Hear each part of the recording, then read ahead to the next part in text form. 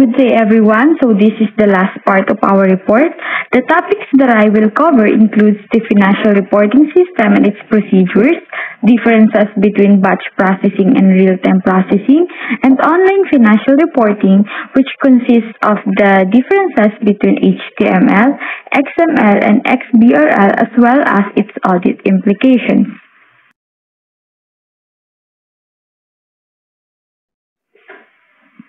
One of the management's responsibility is to provide financial information to external parties, mostly in the form of financial statements. Some of these external parties include shareholders, creditors, investors, suppliers, customers, government agencies, and competitors.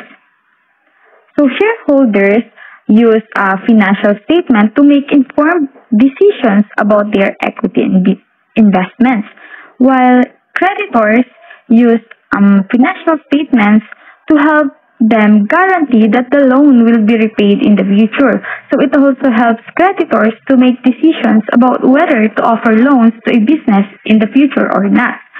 Next is investors, which uses financial statements to show the future potential of the businesses in terms of future profit for them.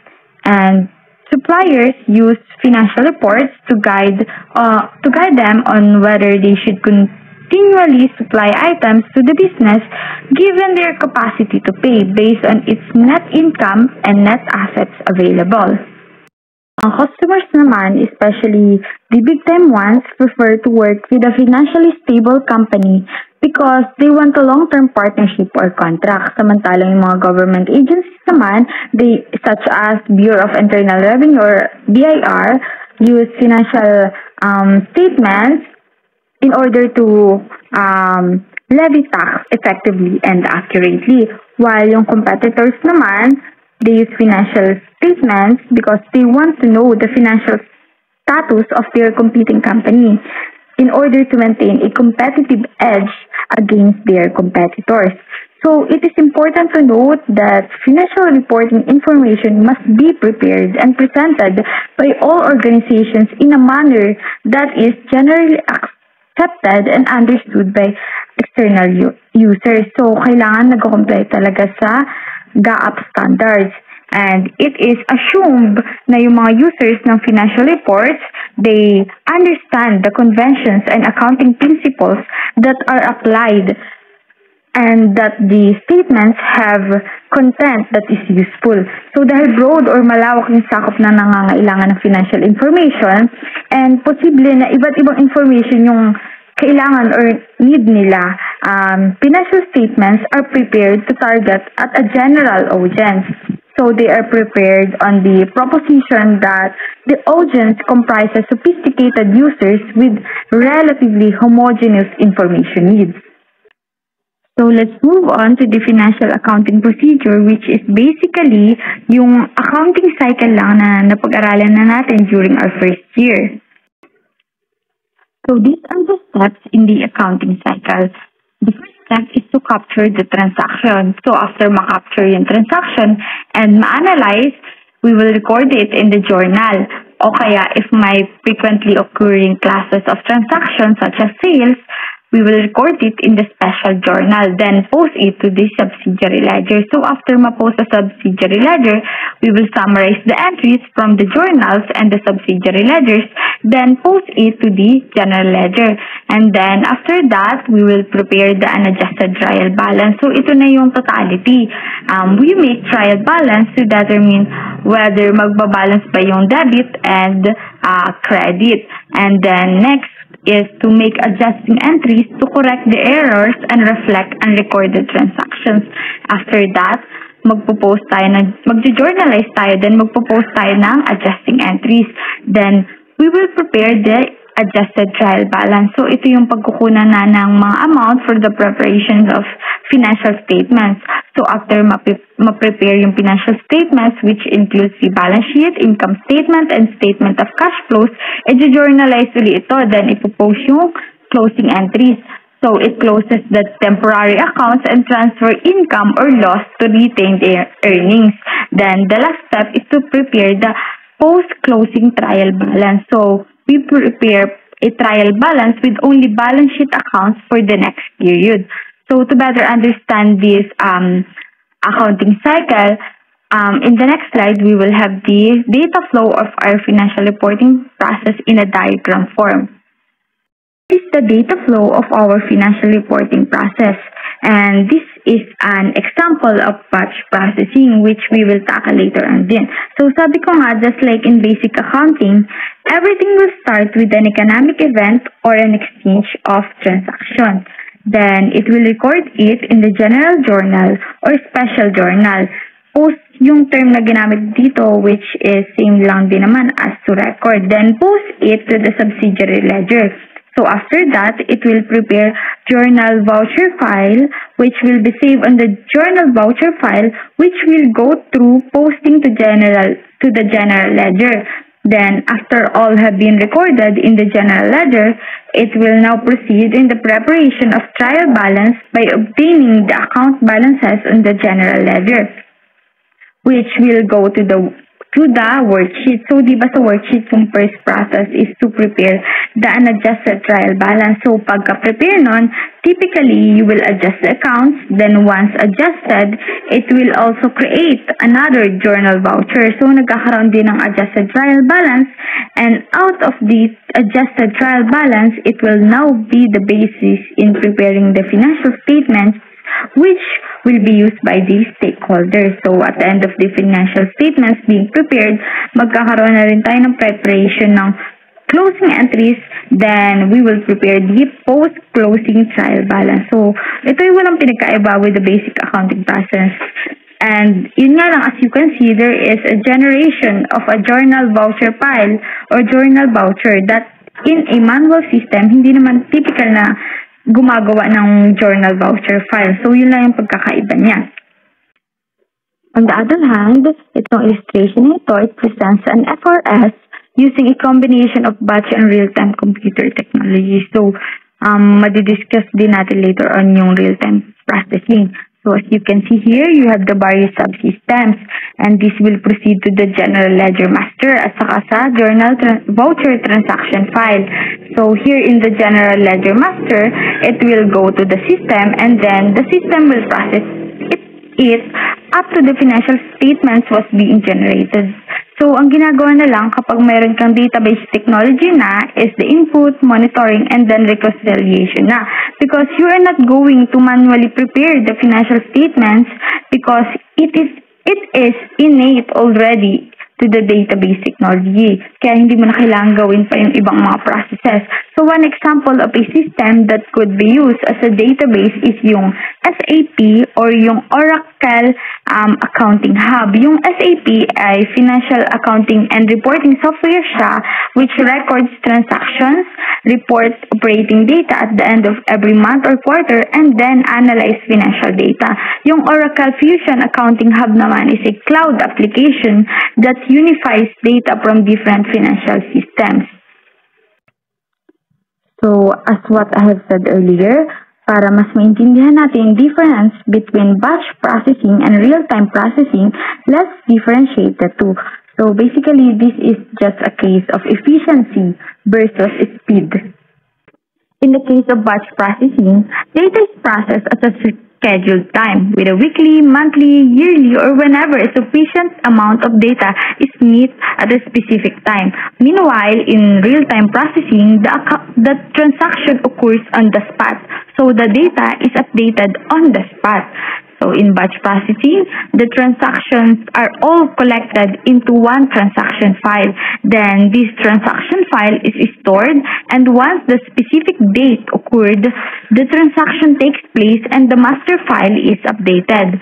Meanwhile, in real-time processing, the transaction occurs, and at the same time, the online computer database is being updated. So, it's a constant cycle happening over and over again at an immediate time. So, examples of batch processing include check clearing, generation of bills for customers, and credit card transactions. And examples of real-time processing includes reservation systems, or when you are booking with a hotel, for example, and point-of-sales terminals. Advantages of batch processing is that basically many transactions take place at once and participants doesn't have to do the processes over and over again. Ang problem lang dito is it takes time to be processed, so you might have to wait a week or a month until a specific data occurs. Meanwhile, in the case of real-time processing, data is processed immediately. So its disadvantage lang is that the processing of data is repetitive. And batch process is often used for larger organizations na may multiple streams of revenue and expense transactions that need to be reconciled first before being posted to the general ledger. So, however, nowadays, many organizations have moved to real-time general ledger updates and financial reporting systems that produce financial statements on a short notice. So, my question here is, in your own opinion, which data processing is more effective and efficient, and why? Nowadays, one of the most important requirements for companies, especially the publicly traded companies, is to post their financial reports in order to inform the public or their external users about their financial status. So, dito pumapasok yung online financial reporting. Currently, most organizations accomplish this by placing their financial statements and other financial reports on their websites as HTML or hypertext markup language documents. So HTML is a format used to produce web pages. So it is usually used to lay out information in an appealing manner. However, nagkakaroon ng problema when it comes to the analysis of such information on the user's information system. Yung HTML reports kasi hindi siya madaling i-process through IT automations. So, para magamit siya ng mga external users, it needs to be manually entered into the user's information system. So, yun yung problema. So, to solve this problem, inintroduce yung Extensible Business Reporting Language or XBRL. Yung XBRL ay derived siya sa XML. So, before natin i-discuss yung XBRL, let's have a brief discussion of the XML first. XML or Extensible Markup Language is a meta-language for describing markup languages. Yung term na extensible, ibig sabihin kahit anong markup language ay pwedeng makreate using XML. So, isa sa mga perks nito is the creation of markup language capable of storing data in relation form in which tags are mapped to data values. In short, pwede ito magamit to model the data structure of an organization's database. To better understand the differences between HTML and XML, here is an illustration. So as you can see dito sa HTML, yung mga code na ginamit dito to run the program ay related lang siya sa kung ano yung magiging format na lalabas doon sa computer once the information are entered. Kung makikita nyo, nakalagay lang dito yung bold or italic na code. Ibig sabihin, yung HTML is ginagamit lang talaga to format the style or the design of the financial report that will be posted on the website. On the other hand, dito naman sa XML, as you can see, rather than the format, it talks more about the data of a particular transaction. Here, the tags are customized to the users, and the user's application can read and interpret the tag data. Thus, the bookstore order prepared in XML presents order attributes in a relational form that can be automatically imported into a bookseller's internal database. Recognizing the benefits of XML, AICPA encourages researchers into the creation of accounting-specified markup language, and through their research, nakapag-derive sila ng XBRL or Extensible Business Reporting Language. XBRL is an XML-based language for standardizing methods for preparing, publishing, and exchanging financial information, specifically the financial statements for publicly held entities. Its advantages is that it offers expanded financial information to all interested parties virtually and instantaneously. Next is that it helps companies to further speed the process of reporting, and it also helps customers import XBRL documents into their internal database and analysis tools to greatly facilitate their decision-making process. XBRL actually has various steps, and one of it is the XBRL taxonomy, which is a classification scheme. So kapag sinabi nating taxonomy, it is a scheme that is compliant with XBRL specification to accomplish a specific information exchange or reporting objectives. So it specifies yung data to be included in the report. So this particular illustration shows the overview of XBRL reporting process. So makikita nyo from the taxonomy, magkakaroon na ng financial reporting database which is embedded with tags, and then the end will be the financial reports of the users, then analyzing the financial information. Before we proceed to the audit implications of XBRL, my second question is, how will you differentiate HTML, XML, and XBRL? Although the potential benefits of XBRL and associated web technologies have been extensively researched, less attention has been given to the potential control implications of using XBRL. And there are three areas of specific concerns, namely taxonomy creation, taxonomy mapping error, and validation of instant documents. So in taxonomy creation, incorrectly generated XBRL taxonomies could lead to financial data being misrepresented, emphasizing the need for controls to ensure accuracy. In taxonomy mapping error, misassigning XBRL tags to internal database accounts may result in misrepresented financial data, highlighting the importance of controlled mapping processes. And in validation of instant documents, independent verification procedures are essential to validate XBRL instant documents, ensuring correct taxonomy and tags are applied before posting to a web server. As for the current state of XBRL reporting, recent progress in XBRL adoption has been significant both in the United States and internationally.